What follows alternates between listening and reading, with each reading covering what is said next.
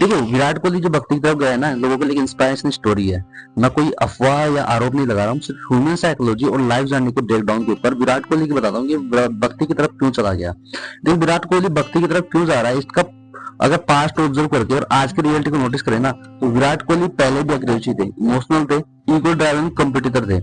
आज वो शांत, बैलेंस और भक्ति की तरफ झुकता हुआ एक इंसान दिखता है, जो लोगों को काफी इंस्पायर कर रहा है और लोगों को काफी एंटरटेन करता है।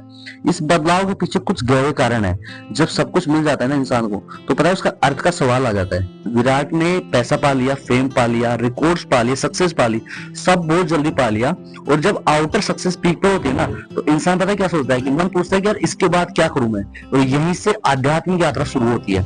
उसके पर्सनल लॉस की अगर मैं बात करूं, तो विराट कोहली ने जब अंदर झांक कर आप मजबूर कर दिया था विराट के जीवन में। उनके पिता का जल्दी देहांत हुआ, करियर की शुरुआती प्रेशर बनी, रेस्पॉन्सिबिलिटी की जो भूख थी ना, वो बहुत उनके अंदर थी। और ये सब अंदर से तोड़ने वाला एक्सपीरियंस होता है, जो बहुत लोगों को इश्यू करता है। और बहुत लोग इससे या तो टूट जाते हैं या फिर गहरे हो जाते हैं। और विराट इस गहरे से जनरे से ही स्टार्ट हुए थे। अग्रेसिव से थकान हो चुकी थी। यंग विराट अंगेर थे, तो लोगों को लगता है फ्यूल का काम कर रहा है, और ईगो उनको लगता है कि यार एक ईगो का इस बंदे के अंदर ड्राइव कर रहा है। पर समय के साथ अग्रेशन उनको थका देता है, माइंड ब्रुनेट होने लगता है।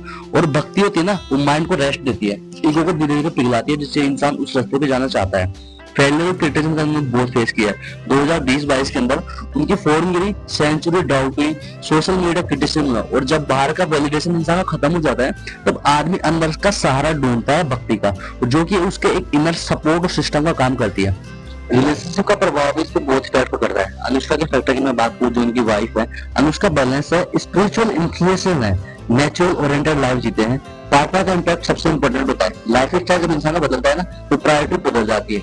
भक्ति अकेला डिसीजन नहीं होता है, एनवायरमेंट भी उसका साथ देता है। और भक्ति कंट्रोल नहीं, सरेंडर सिखाती है। विराट कंट्रोल फ्रीक रहे, परफॉर्मेंस हुई, फिटनेस हुई, डिसिप्लिन, पर लाइफ में सब कंट्रोल में नहीं होता है। लेकिन भक्ति सिखाती है, मैं पूरी तरह कोशिश करता हूँ, बाकी छोड़ देता हूँ, जो होगा देखा जाएगा।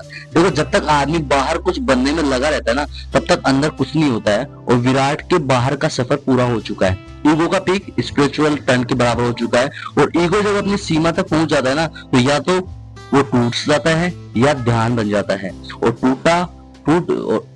और टूट कर नेगेटिव नहीं बनता, भक्ति में बदल रहा इंसान होता है। भक्ति का मतलब दुनिया छोड़ना नहीं, दुनिया में रहकर बहुत छोड़ना होता है। क्रिकेट नहीं छोड़ना, कंपटीशन नहीं छोड़ना, बस अंदर की जो लड़ाई है ना, उसको छोड़ना होता है। जवानी में जितना जरूरी लगता है, पर बुद्धि आने पर जीना जरूरी हो जाता है। और जीत से ज्यादा संतुलन चाहता है इंसान। भक्ति कमजोर लोगों का सहारा नहीं है, भक्ति बहुत ज्यादा हो चुके लोगों के अगला कदम होने वाला है। मेरा एनालिसिस यही कहता है कि जब आदमी दुनिया जीत लेता है ना, तो फिर खुद को जीतना चाहता है। जो बाहर का युग जीत गया, वही अंदर की शांति को तलाश करता है।